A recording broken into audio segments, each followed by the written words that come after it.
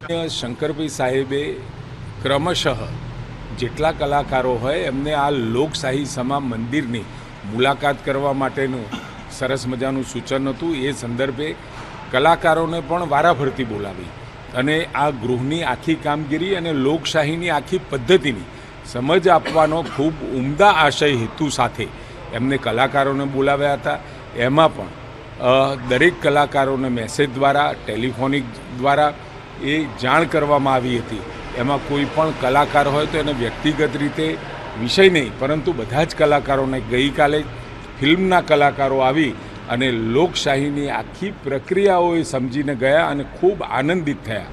મારી વિનંતી છે વિક્રમભાઈને પણ કે આ પ્રકારનો વિષય આ લોકશાહીની પદ્ધતિમાં આખી જે પ્રક્રિયા છે રાજ્ય ચલાવવાની વહીવટ ચલાવવાની જે પ્રક્રિયા છે અને આ બજેટ સત્ર અતિ મહત્ત્વનું સત્ર અને એ સત્રમાં જો એમને હાજરી આપી હોત